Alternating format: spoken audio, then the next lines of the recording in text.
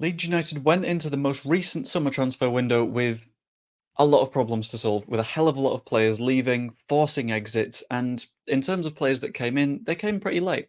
However, it all ended up pretty good with a side that is currently third place in the Championship and would be higher if Ipswich and Leicester weren't absolutely breaking the league this season. That leaves me with one big question, and that is, what is Leeds United's best first 11? I'm going to run through it in this video, but first up, let me know what you think is the best first 11 down in the comments below.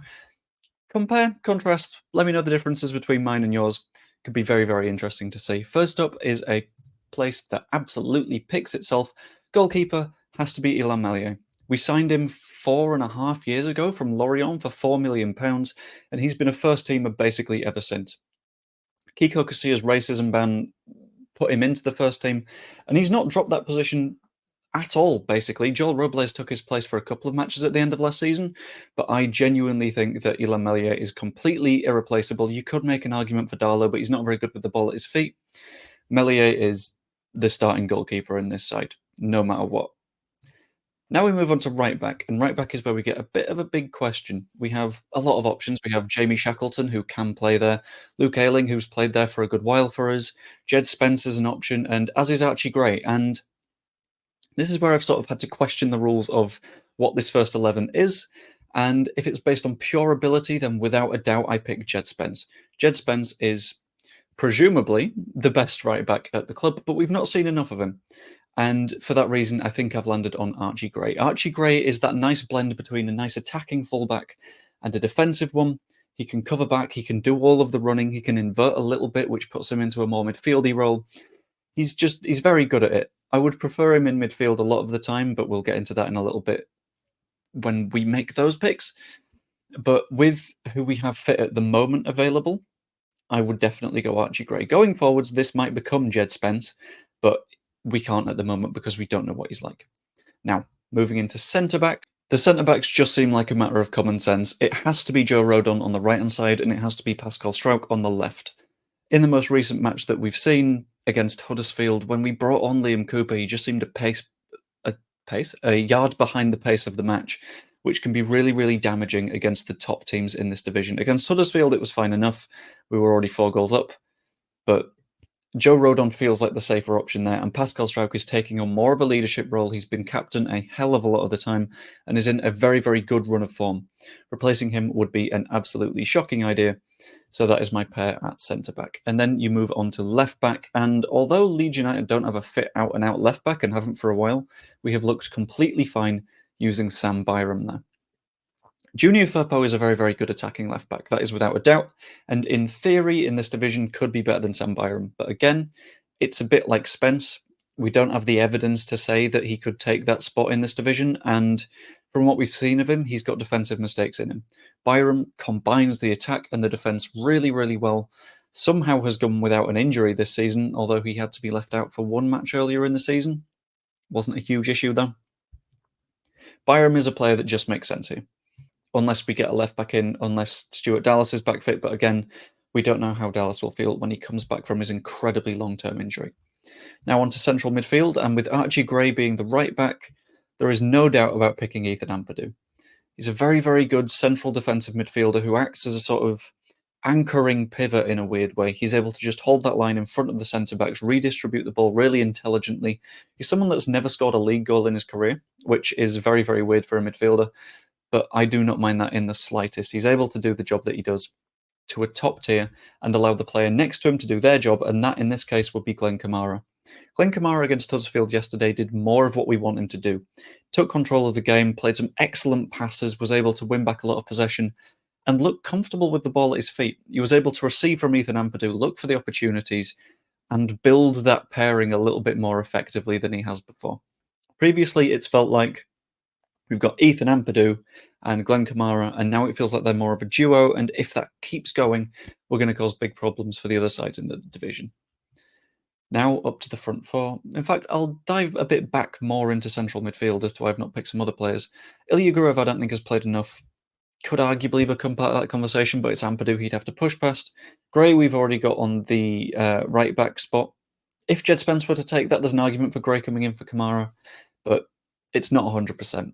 It's one of those where if you're picking an 11 right now, I think Gray has to get in, but right now he gets in at right back. Moving on to the right-hand side still, the right wing. And I think this is the most stacked position in the side. At least the wings in general are. Nonto, Summerville, Dan James, Jadon Anthony, arguably Jan Poveda, because when he's come on, he's been very, very lively. Of those players on the right wing, I have picked Dan James because he has a hell of a lot of goal involvement so far this season. His finishing against Huddersfield was very, very good. It's not something we've managed to see very often. And he brings us something that a lot of the other wingers don't. He brings us a little bit more urgency, a little bit more speed, to the point where if he's one-on-one with a defender, as we saw again against Huddersfield, he can just kick the ball about 10, 15 yards, run after it, and either he's won the ball in a few yards of space because no one can keep up with him, or he's gotten their defender booked. And it's all perfectly adding up, and it works out, and I think Dan James is the perfect player on that flank right now. If he gets tired, if he gets injured, then there's a shout for Nonto and Jadon Anthony. But for now, I don't think James is very droppable in the slightest. The left wing is another completely undroppable player right now. It's Crysencio Summerville. I don't know what to say about him because he's just a little bit perfect, isn't he? He had 4 goal involvements in the 4-1 win against Huddersfield. He was involved in absolutely everything. I think he is one of the best wingers in the division. It's not that close. Jack Clark may be in the conversation, but I'm just very, very quickly going to pull up the information on what Crysencio Summerville has done so far, because I should have thought this through, but I want like the precise numbers on it. So if I search Summerville FB Ref, always going to suggest FB Ref, by the way, because it is a fantastic database for all your footballing needs. Yeah, I wasn't going to share this screen, but I am now because of what I have just spotted. Present, share screen, window, Summerville.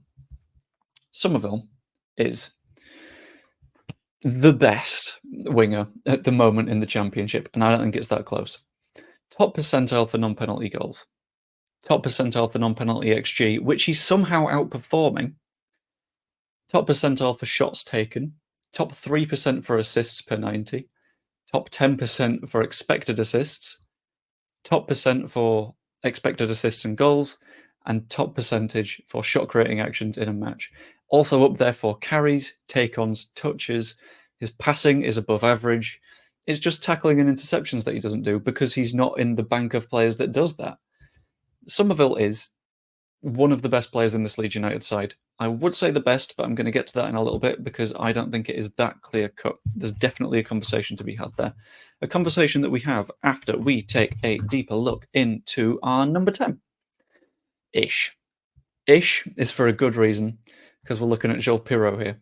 Joel Piroe, who has played 14 matches in the Championship this season. He's scored 5, he's got an assist, and I don't think he's technically a 10. I think he's a hybrid 9-10. He still gets into those number 9 positions. He's playing where he was for Swansea, and he also, in this deeper position, manages to be in his best spot whilst allowing Rutter to do what he does best.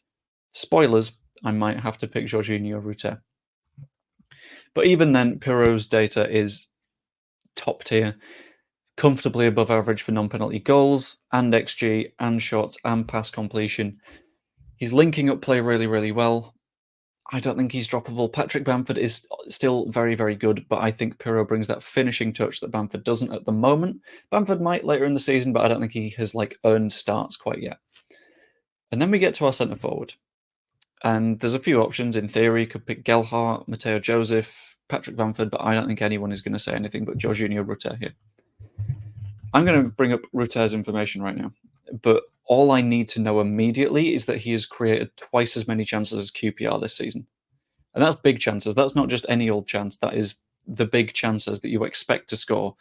He's created more than QPR. And now I'm going to take a very, very quick look at his actual numbers, and it's insane. Non-penalty goals, below average. That's fine because of what he's creating for everyone else. His XG, he's half of his XG, which isn't good. His shots, bang average. But top percentile for assists, expected assists. Shot creating actions, he creates 5 a match. Non-penalty XG plus expected goals, top 3%. Progressive passing, carrying, take-ons. His take-ons are insane. You just have to be able to tell by his first touch that he's going to pull a defender apart, and it's not even close. Even interceptions, he is pressing incredibly high at the moment.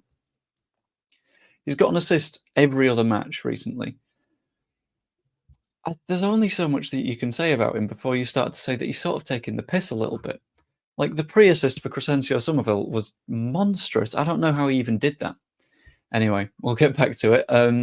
When it comes to picking Leeds United's best team, going to give you a very quick rundown. Goalkeeper has to be Ilan Meslier, with a right back of Archie Gray. In theory, Jed Spence if he's not injured, but who knows. Centre-backs have to be Rodon and Pascal Struijk. They're just too consistent to replace. Sam Byram at left-back, with a central midfield in front of him, with Ethan Ampadu sort of sitting in, and Glenn Kamara as more of a playmaker. On the right wing, you have Dan James, opposite Crysencio Summerville out on the left. Jules Piroe plays as a number 10, but also sort of a 9, and Georginio Rutter keeps doing his thing. Thanks for watching. If you enjoyed, drop a like and comment. Let me know what you thought. Always interesting to find out. Sorry, this was a slightly rushed video. I'm getting married tomorrow, and that is absolutely terrifying, and I can't lie, I made this video as a distraction. Subscribe if you're not yet. Become a channel member, maybe as a wedding present. That'd be very nice. And I will see you later.